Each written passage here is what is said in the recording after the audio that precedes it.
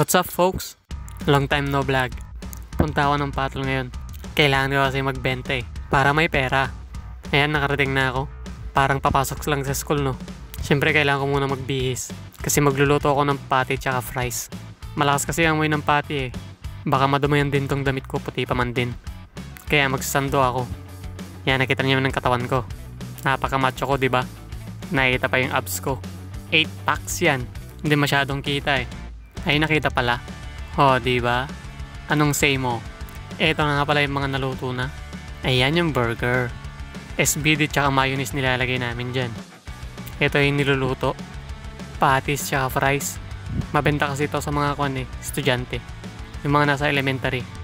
Yung high school hindi na namin rota Hanggang sa elementary lang kami. Kaya inumpisan ko na magluto.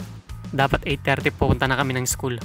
Maaga silang nagbe-break dun Ito na yung finished product natin. Medyo malabo. Hindi ko alam kung bakit. Matanda na ata tong camera ko. Ang ganda ng pagkarap, no? Parang pamilyar. Ito naman yung fries. Ayan, napakaganda rin. Siopaw nga pala yan, no? Hindi masyadong kita kasi puti. Ang labo talaga, no? Baka sa ilaw lang. Dito okay naman, no? Nasa taas yung burger, na sa ilalim yung fries. Yan ang bibit-bitin ko. Medyo madami yan. 20 pesos isa. Ayan, nakabenta na kami. Kita nyo naman, bawas na. Pero madami pang fries. Kailangan i-push. Kita nyo naman, para akong nagpapatay ng weteng. Gusto mo bang tumaya?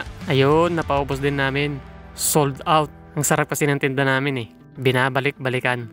Binabalik-balikan namin ang school. O yan, tumaya ka na sa akin. Kumpiang dos, karambola tres.